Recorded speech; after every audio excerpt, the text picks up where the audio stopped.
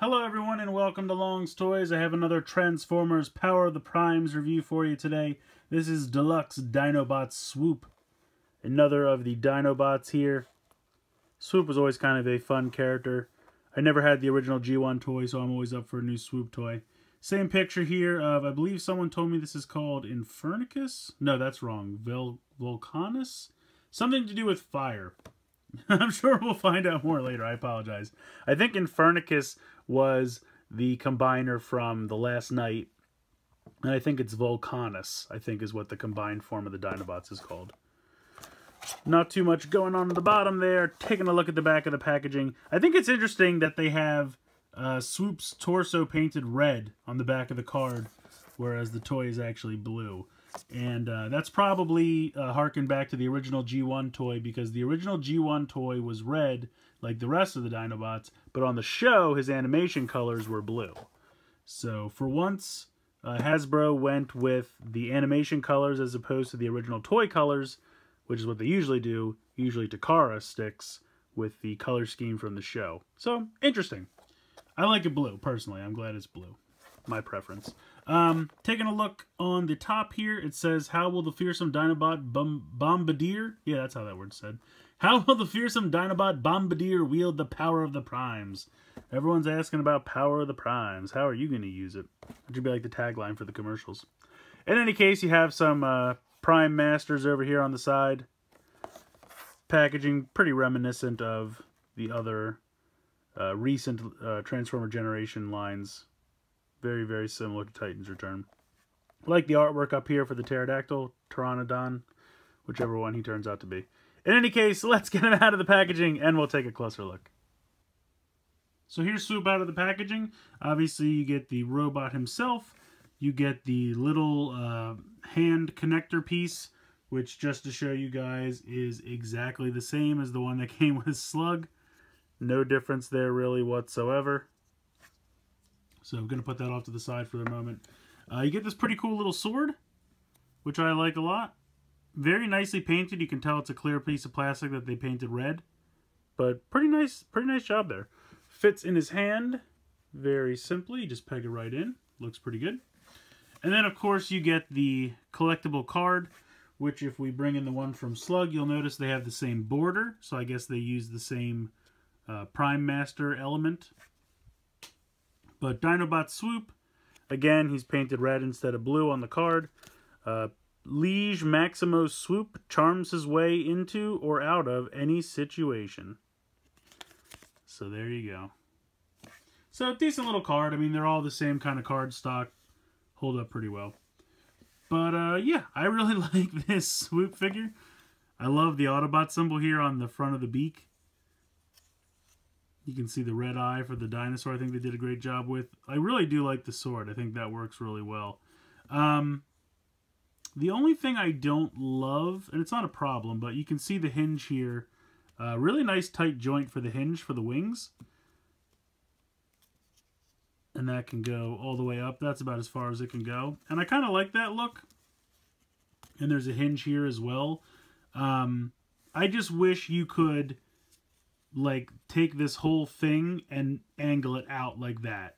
Because of the way it's connected with these two big fasteners, it can only move, you know, up and down like this. It can't move out. Now, it does have this hinge here so that you can get a little bit of that going on.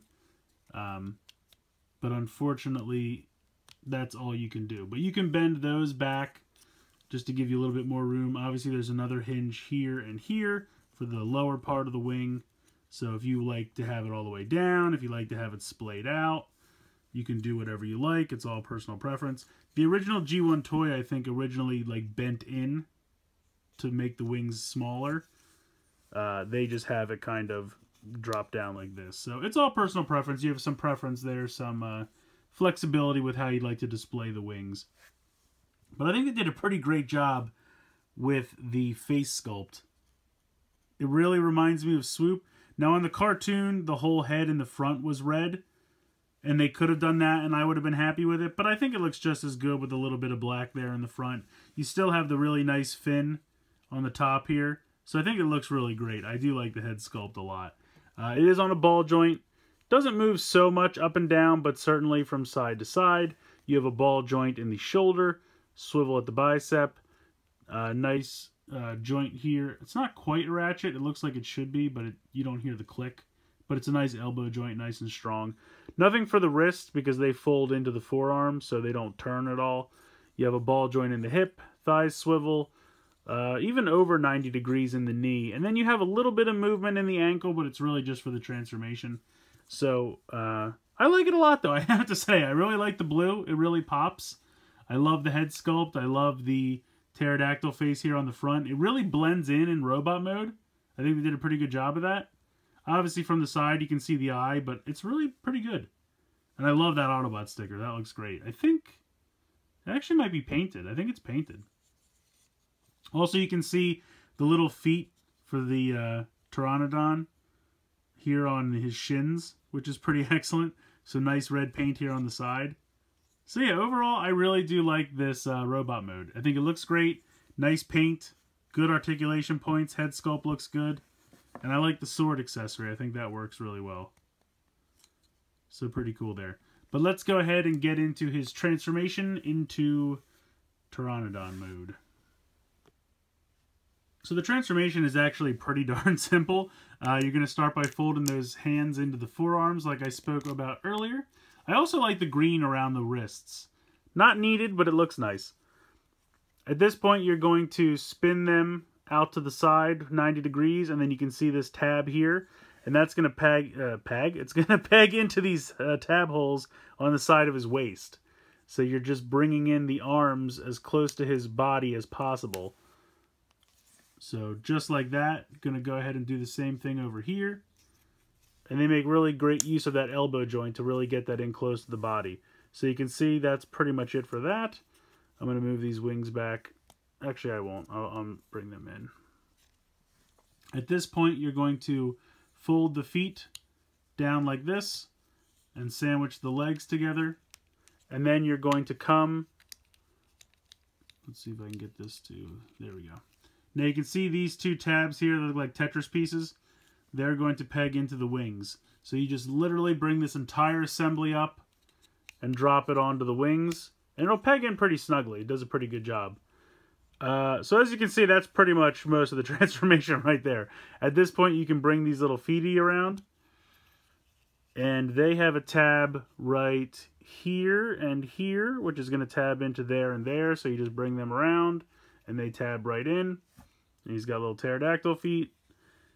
So at this point, you could just have him walking around like this, which would be pretty funny. But you're going to bring up this whole section and just pop it on like that. It doesn't really snap into place, which is kind of a bummer. So it does kind of, like, it doesn't fall all the way down because it'll click and stop there, but it does have a little jiggle, which is a bit of a bummer.